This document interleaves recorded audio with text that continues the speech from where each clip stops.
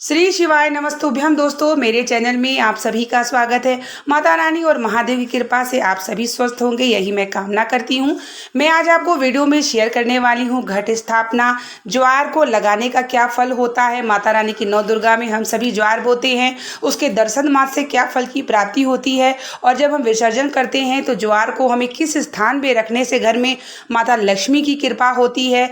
ज्वार जब हम बोते हैं तो 9 दिनों में जब ज्वार उगता है तो कभी कभी हरा और पीला और सफ़ेद जैसा भी होता है, तो उससे हमारे जीवन में क्या फल की प्राप्ति होती है और क्या हमें जो है दर्शन मात्र से क्या हमारी मनोकामना पूर्ण होती है, ये सब पूरी जानकारी हम आपको इस वीडियो में शेयर करने वाले हैं। नवरात्रि लग चुकी है और हम सभी के घर में माता रानी आ चुकी हैं। बहुत सारे लोग कलश स्थापना करे हैं, ज्वार लगाए हैं, तो उसका क्या फल होता है उसकी भी जानकारी हमें लेना बहुत ही ज़रूरी होता है। तो चलिए बात कर लेते हैं हम कि नवरात्रि में हमें कलश स्थापना क्यों करते हैं। क्योंकि कलश स्थापना हम इसलिए करते हैं क्योंकि वहाँ पे 33 कोटि देवता विराजमान होते हैं। ब्रह्मा, विष्णु और महेश के साथ में पूजन होती है और माता रानी विराजमान होती हैं। तो सारे देवी देवता विराजमान होते हैं आपके घर में, इसलिए हम सभी भी कोई पूजन करते हैं तो कलश स्थापना ज़रूर करते हैं।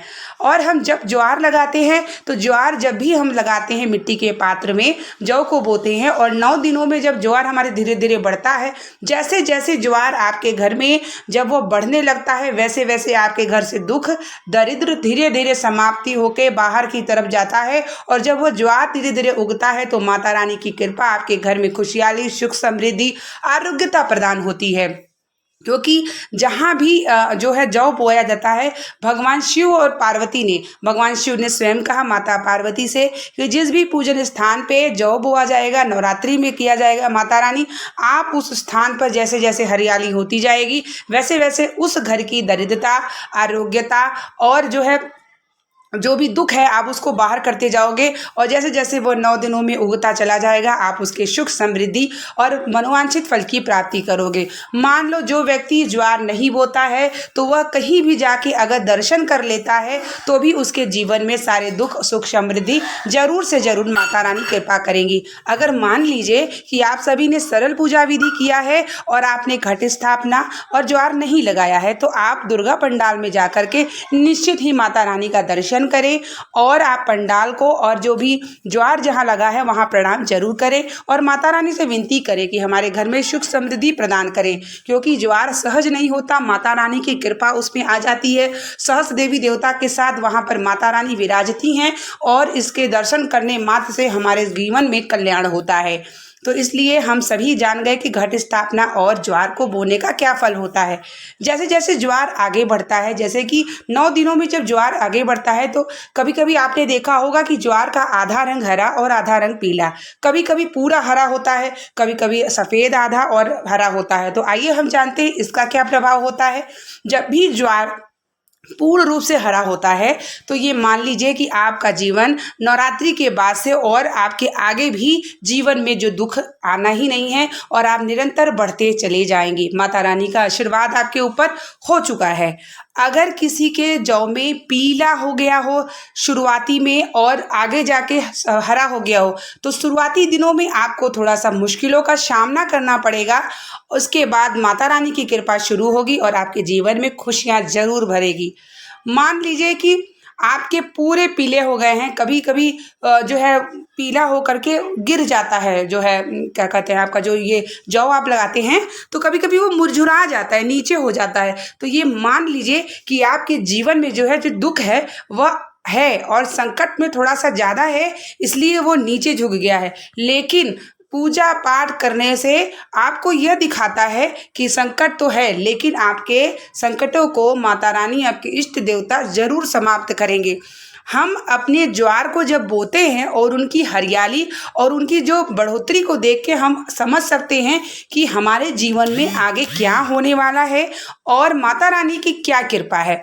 क्योंकि जैसे जैसे ज्वार बढ़ता है वैसे वैसे आपको अनुभव जरूर होगा कि जब पूरी हरियाली हो जाती है तो आपके जीवन में सुखी की प्राप्ति होगी, आपके घर में आरोग्यता होगा, सुख समृद्धि होगी और माता रानी की कृपा हो चुकी है।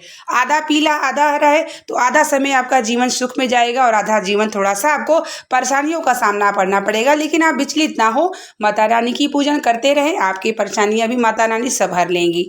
उसके बाद अगर किसी का लंबा होके झुक जाता है तो ये जान लीजिए कि जीवन में दुख आपके निरंतर चल रहा है।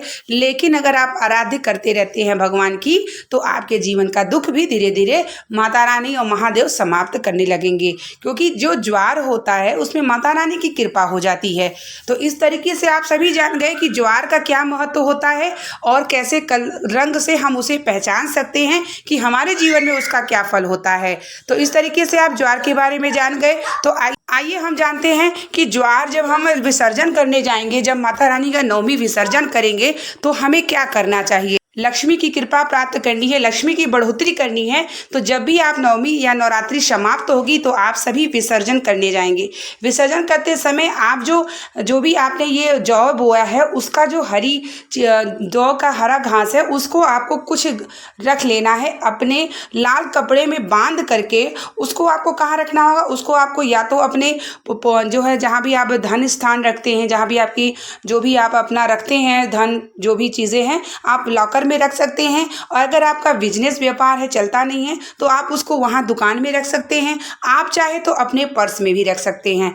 और ये जब भी आप लेंगे जो भी जौ का हरी घास है तो माता रानी से अपने आंचल में फैला के मांगेंगे कि माता रानी ये अपना आशीर्वाद मुझे प्रदान करिए, आप इस दिन से विदा ले रही हूँ, हमारे घर में सुख समृद्धि प्रदान करिए, जिस स्थान पे मैं रखूँ यहाँ पे लक्ष्मी की कमी ना हो, बढ़ोतरी हो। तो आप इस तरीके से अपने ऑफिस बिजनेस जहाँ करते हो, जहाँ दुकान हो, व्यापार हो, अपने जहाँ धन रखते हो, घर में तिजोरी हो वहाँ रखें, अपने पर्स में रखें। इस तरीके से माता रानी की कृपा आशीर्वाद मांग करके जरूर से जरूर रखें। निश्चित ही माता रानी कृपा जरूर करेंगी, ये आप बिल्कुल ध्यान में रखिएगा। बिल्कुल अपने मन में संशय नहीं रखिएगा कि ऐसा होगा या नहीं होगा, होगा ज़रूर से ज़रूर होगा, माता रानी ज़रूर कृपा करेंगी। जो व्यापार नहीं चलता होगा व्यापार चलना शुरू हो जाएगा, आपका बिजनेस धंधा थोड़ा सा परेशानी होगी ज़रूर शुरू हो जाएगा। तो यह उपाय आप सभी ज़रूर करिएगा। नवरात्रि के नवमी में के बाद जब आप दसवीं में विसर्जन करते हैं तो ये ज़रूर रख लीजिएगा। अगर आपके यहाँ नहीं होगा तो किसी के यहाँ से आप जाके ले आ करके आप रख लीजिएगा, रखिएगा ज़रूर। तो इस तरीके से आप सभी को मालूम चल गया होगा कि घट स्थापना, ज्वार बोने का और ज्वार को कहाँ रखना है लक्ष्मी की प्राप्ति के लिए। तो ये बिल्कुल आप लोगों को अच्छे तरीके से समझ आ गया होगा, मैं उम्मीद करती हूँ। तो इसी तरीके से नवरात्रि में जो है प्रतिदिन आप लोग जाके दुर्गा पंडाल में जरूर प्रणाम करें, जहाँ भी घट स्थापना हुआ है, जहाँ भी ज्वार है। माता रानी की कृपा आपके ऊपर, आपके परिवार के ऊपर पूरी हो, मैं यही कामना करती हूँ। और इस तरीके से आप लोग भी माता रानी के अलग अलग स्वरूपों में पूजन करते रहें, आपके सारे कष्ट मिटेंगे, आपके सारे दुख मिटेंगे, ये मैं पूरे भरोसे से कहती हूँ। तो इस तरीके से आप सभी पूजन करते रहें। मिलते हैं नेक्स्ट वीडियो के साथ, तब तक के लिए श्री शिवाय नमस्तुभ्यं, जय माता दी।